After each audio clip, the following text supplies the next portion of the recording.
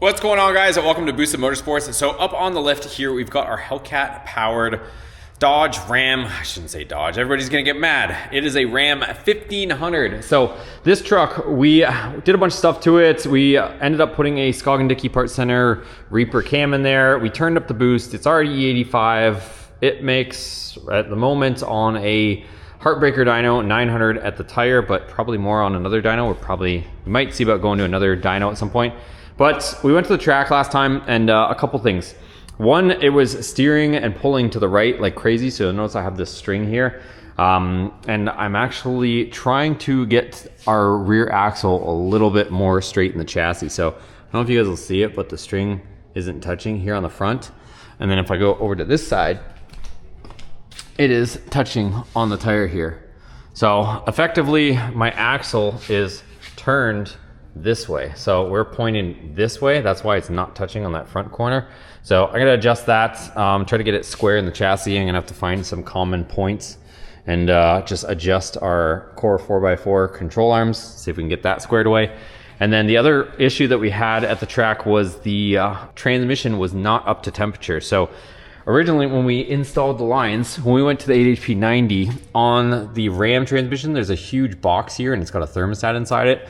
So when we ended up doing away with the 70 transmission, the Ram transmission, we effectively got rid of the thermostat. I just figured it wasn't gonna be that big of a deal. I figured the transmission would come up to temp, but no, the transmission was staying like 120 something degrees and it was causing some lazy shifts. So what I've got right here is the factory block from Mopar. So this, I was trying to figure out where I wanted to install it, like if I wanted to put it in here somewhere, but it doesn't have any way to really mount it. So I'm not overly crazy about that. So I'm trying to figure out whether I'm going to use the factory line. So those are the factory lines which would plug into the side of the transmission. So I'm trying to decide if I want to put the hard lines there, because those will actually hold the block, and then the block could be here, and then I can loop over to these hard lines. So I'm just trying to, I guess, plan that out. But right now I've got my catch pan.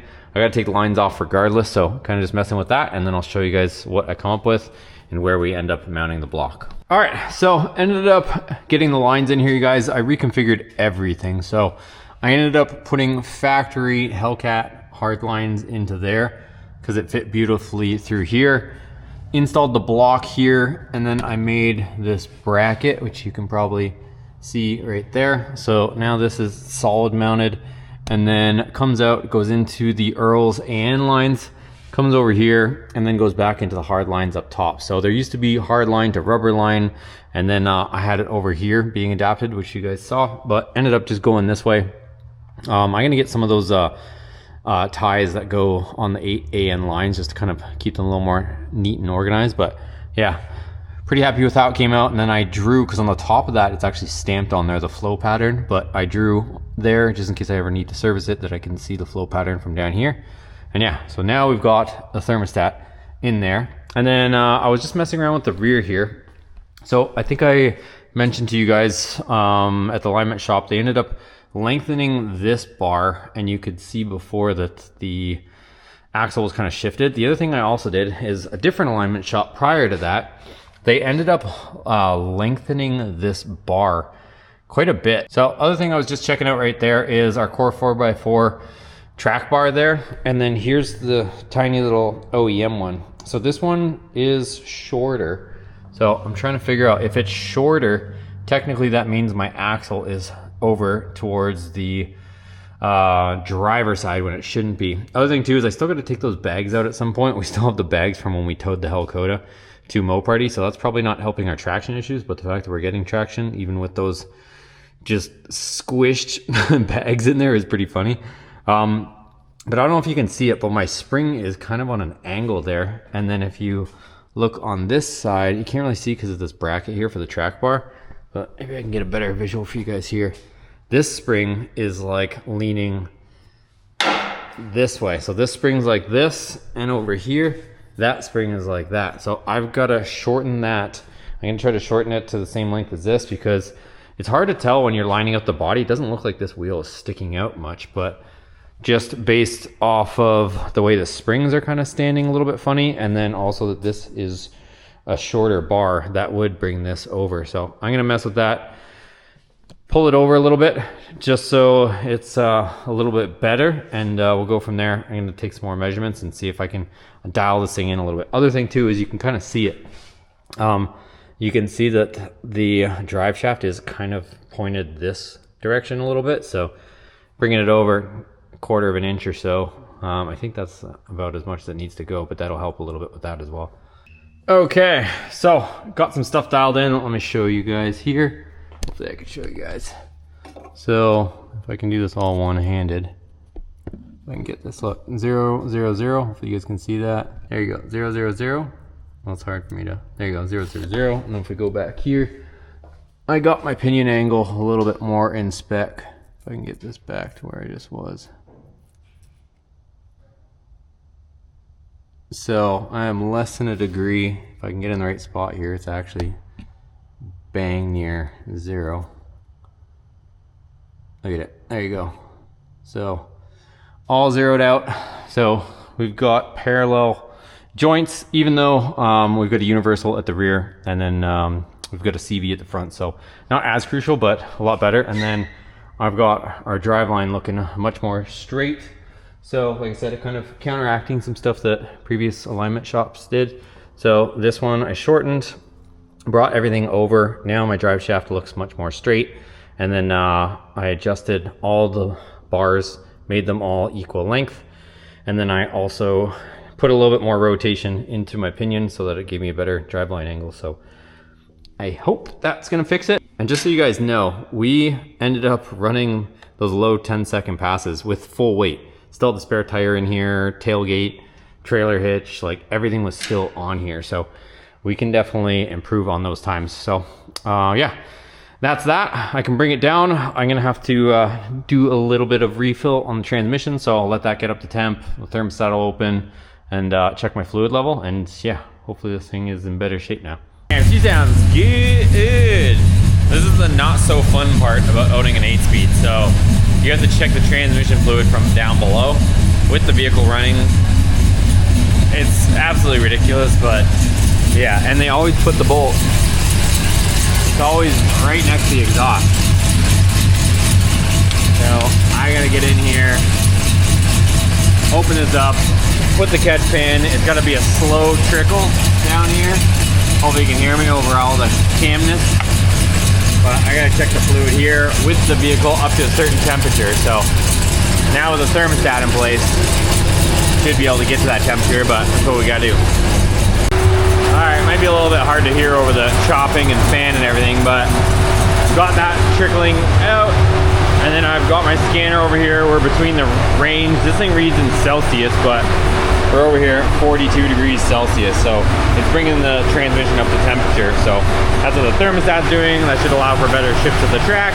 We should be good. So I'm gonna end up taking this thing for a little test drive. I wanna see how it drives, behaves, and then I'll double check the transmission fluid also.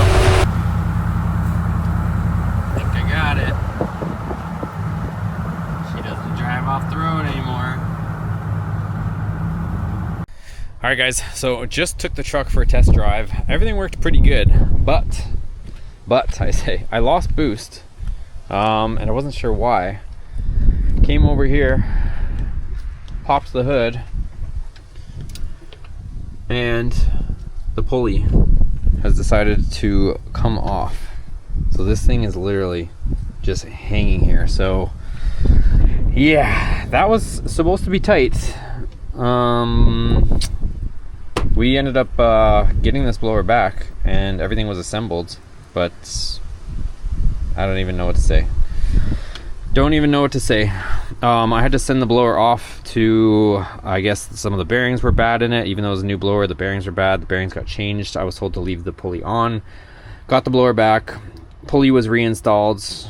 And yeah, it just never got tightened by them, I guess. I don't know what to say about that. So if this was off and in the box, then I would have been like, all right, cool. It's off in the box. Let me put it on and tighten it. But it was already on, fully installed, just not tight. So I'm gonna pull the accessory belts. That way I can get this off. It shredded my green belt, so I have to buy another one of those.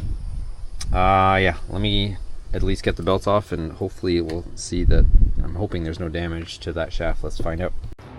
All right, guys. Well, this isn't quite the ending that I wanted to have for this video, but I got a few good things. So the transmission is now coming up to temperature because we got the thermostat in there.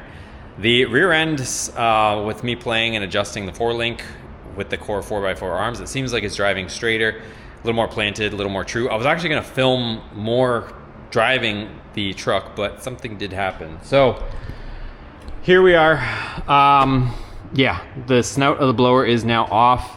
I'll probably get into a little bit more why and what and all that stuff, kind of working with the company right now to get to the bottom of this. But I will tell you, behind the scenes, this blower has been off once already, and then it's back on, and then I literally just went on that short drive, and now the snout is back off. I'll show you guys over here. So the reason why I'm telling you this is because I know a lot of people are asking, like, hey, when are you gonna bring the truck back to the track? When are you gonna run it again? And trust me, if it was up to me, I would be back there, but it's just part of it. So I'm trying to keep this channel as real as possible. This is part of building vehicles. Sometimes things don't work out always as planned. So anyways, snout is off. What ended up happening was when we got the blower back, the pulley was installed. I shipped it out with our Grip Tech pulley installed as requested. So I left it on, and then when it came back, this was already installed. But for whatever reason, I guess either it wasn't torqued correctly or no Loctite was put on it. Well, actually, no, I can say that there wasn't any Loctite on it, but probably a combination of both, no Loctite and then not torqued enough. But this ended up riding off, and then, yeah, ended up galling up all the threads. So I was hoping I could just pull the snout, put this back on, torque it, but what happened was, literally I only drove this for about 5 minutes, you guys, after getting this thing back, and it popped off. This ended up riding because the belt tensioner was pulling this. You can see here it kind of marred up the inside of our pulley here, and it completely just took all the threads with it. So now this has to get sent back. It's gonna have to have a new shaft installed in this, and then we can maybe try it again. So like I said, not the ending I wanted to have to this video, but it is what it is. Anyways, go over, support your boy at shopboosted.com. Also, I am telling you guys, and I've made a few Instagram posts, this truck is available for sale. I'm gonna be doing a few more things with it, but it is now officially for sale. So some people might balk at the price. I really don't care if you do or you don't. This truck has a ton of hours into it. Yes, other people have built, Hellcat Dakotas, with the engine before me, after me, whatever, but nobody still has done a complete conversion with the complete interior, with all 2019 everything, paddle shifters, complete dash, Uconnect, working AC, heat. Like I said, paddle shifters work, drive modes work, red key, black key, all that stuff works.